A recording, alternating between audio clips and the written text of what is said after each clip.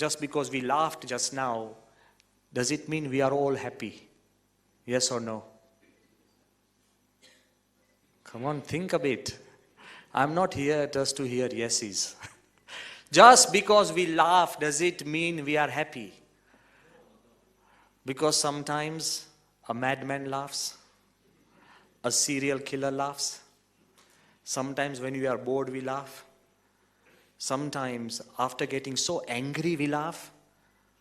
Sometimes we just laughed for no reason. We laugh and say, what was that for? I don't know.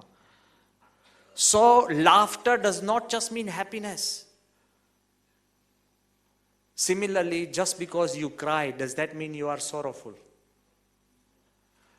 I have seen, and you have seen, so many sports people after they win a gold medal or the Wimbledon or the Open Tennis Championship, they break down into tears. So laughter is not just a symbol for happiness. It's beautifully put down by Charles Chaplin. Charlie Chaplin, during his difficult times, he was one of the finest actors. He gave the media movie a whole different scenario.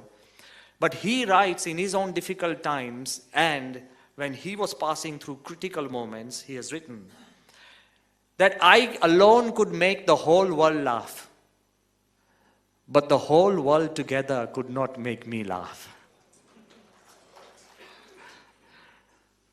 If you are suffering from a bout of unhappiness or depression, it becomes a whole different thing. Laughter or tears, visible symbols, just move away. There is a different world which is slightly borderless, and that's what we need to penetrate to understand the concept. Similarly, what we pray for, sometimes we pray for laughter or joy, sometimes we pray for power.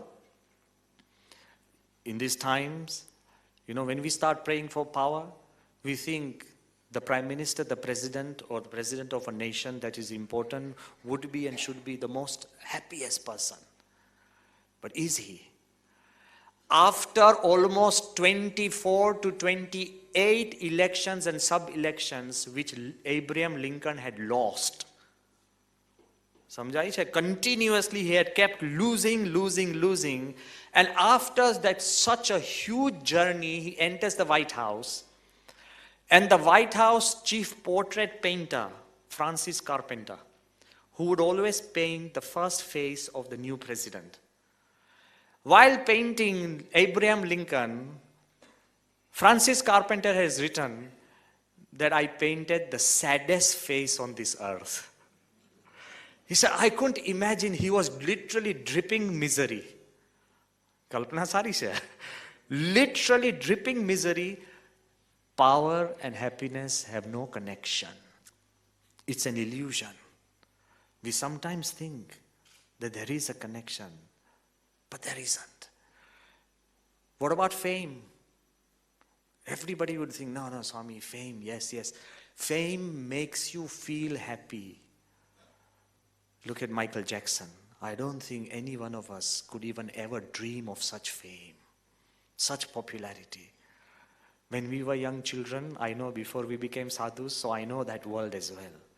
So I don't think any one of us could even dream of such fame and such popularity. But you know what he said? It hurts to be me. It hurts to be me.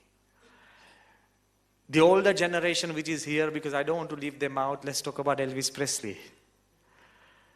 Elvis Presley had fame, wealth, popularity, success, and he introduced new trends into the music world. But when he died, he had almost 10 different drugs in his bloodstream. But he has written about himself, and he has written that my life, Sambarjo, my life was like a ping pong ball bouncing on a rough road.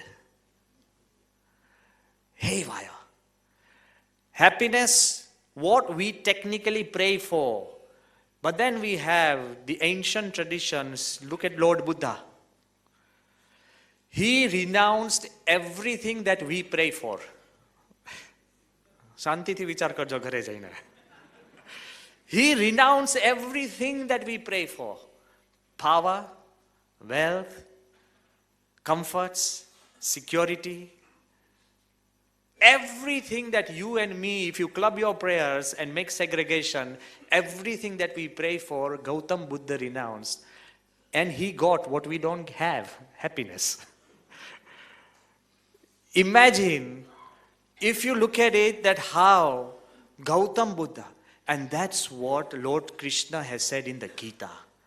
Lord Krishna has said, Tyagat Shantihi Anantaram. It is not in attachment that you find happiness. It is in detachment that you find happiness. Krishna has gone one step further and he says to Arjuna, Ashantasya kutaha sukham. He said, his whose mind is disturbed by desires, by emotions of love and hate, by jealousy, by anger, his whose mind is constantly in a ripple and unbalanced, where is peace for him? So ultimately, if you want to experience the greatest power of prayer, we need to pray for a stable mind. And if we can do that, then you are automatically vaccinated. It's like spiritual vaccination.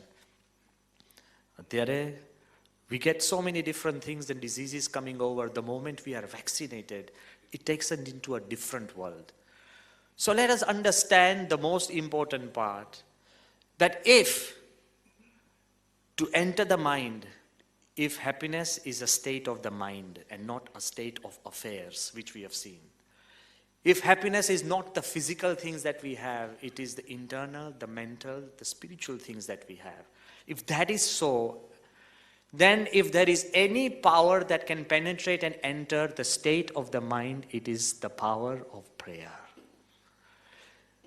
And why do I say it is the ultimate power? And why would I say it is perhaps not the last resort, it is the only resort? I would want to correct, I cannot correct, Mukesh Pai, but I want to say it's not even the first resource, and it's not even the last resort. It is the only resort, prayer.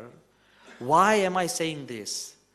Because all these things, because the earlier speakers who have enlightened you, Swami Adhyatmananji and other speakers, and with all due respect, all the other ideas, whether it's motivation, whether it's values, whether it's positive thinking, they all help in happiness. But all of them are your individual effort. Prayer is the only force which is a combined effort between you and God. And when you have a combined effort, now in the recent environment of elections, you and God are a majority. Forget about the world. If you and God are on the same page, you are a majority. And when we understand that we have the support of God, it makes a big difference. Once there was a young boy in the courtyard of his home, there was a huge stone. His father asked, okay, go and move the stone.